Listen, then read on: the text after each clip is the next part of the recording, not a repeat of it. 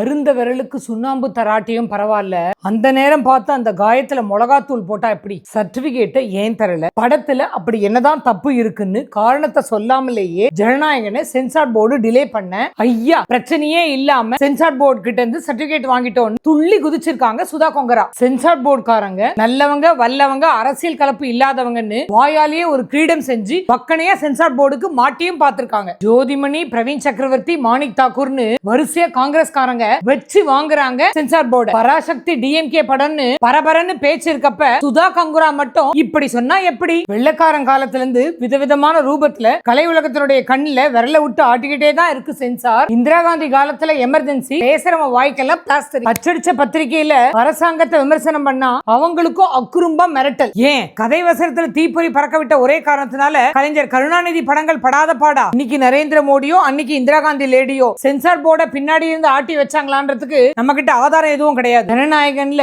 வன்முறை கொஞ்சம் தூக்கலாவே இருக்கலாம், ஆனா அண்மையில ரிலீஸ் ஆன எல்லா படத்தையும் கொஞ்சம் ஸ்கேல்ல வச்சு பார்க்கணும்ல. ஜூனியர் என்டிஆர் நடிச்ச ஜனநாயகன் படத்தினுடைய தெலுங்கு வெர்ஷனை இப்ப டிவியில பார்த்தா கூட மூஞ்சில ரத்தம் பீச்சி அடிக்குது. கலைஞானி நடிச்ச விக்ரம் படத்திலயும் சரி, சூப்பர் ஸ்டார் நடிச்ச ஜெயிலர் படத்திலயும் சரி, பீரங்கி உரும்புது, பட்டாக்கத்தி பிளிருது. காசு பணத்துக்கும் ஷோக்கு சமாச்சாரத்துக்கும் சென்சார் போர்டு மெம்பர் விலை போவாங்களா அப்படின்னு கேட்டா எனக்கு பதில் சொல்ல தெரியாது சாமி. ஆனா மேல ஆள்ற முதலாளிங்க மட்டும் கண்ணை காமிச்சிட்டாங்கன்னு வைங்க, அவங்க ஈர பேனாக்குவாங்க, பேனை பெருமாள் ஆக்குவாங்க. அது மட்டும் எனக்கு தெரியும் சாமி. அரசியல் வசனம் பேசி விஜய் அவரோட எதிரிகளை ஒருவேளை உரசியும் இருக்கலாம். அதிரடியா அனல் வீச்ச அரசியல் பேசின பல படங்கள் சென்சார் போர்டு ஆசீர்வாதத்தோட தியேட்டருக்கு வந்ததை நம்மளால உதாரணம் காட்ட முடியுமே. பிஜேபிக்கு விஜய் பி டீம் இல்லன்னு காட்டணும், நல்ல ஹைப்பு கிளப்பி படத்தை இன்னும் ஜோரா ஓட்டணும். இந்த பிளான் தான் இப்ப ஓடிக்கிட்டு இருக்குன்னு சொல்றவங்களையும் தள்ளுறதுக்கு இல்ல. அந்த பக்கம் டிஎம்கே ஓட மோத ஆரம்பிச்சிட்ட காங்கிரஸ், இந்த பக்கம் விஜயை நல்ல சப்போர்ட் பண்றதுக்கு இது ஒரு சான்ஸ்.